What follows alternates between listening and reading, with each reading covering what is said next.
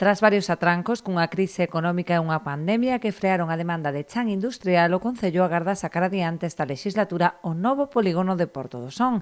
Nas próximas semanas sacará a licitación a redacción do proxecto para crear uns 70.000 metros cadrados de superficie que permitan expandirse a empresas xa instaladas no municipio. Unha partida de 123.000 euros que vamos a sacar a licitación a redacción do Parque Empresarial de Porto do Son. Aí temos xa falado co director do IGUS, co Instituto Galego de Vivenda e Solo, para que nos bote unha man. Entonces, queremos desarrollar máis ou menos uns 70.000 metros cuadrados, que é a demanda que temos do sector empresarial de Porto do Son.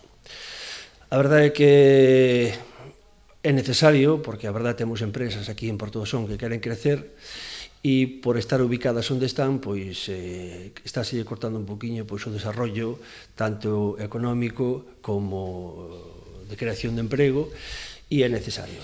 O tempo que se confeccionan as bases do concurso, o Concello traballa xa na busca dun acceso alternativo contemplado no Pexón para reducir os custos de xeito que non repercutan no prezo final do metro cadrado. Unha vez que licitemos a redacción do proxecto, estamos tamén xa o ingeniero mirando os accesos ao parque empresarial, porque aí no propio plan xeral había un acceso que nos salía bastante caro, que nos incrementaba moito o precio do suelo, e que tamén queremos, xunto co empresariado, sacar un precio competitivo, non?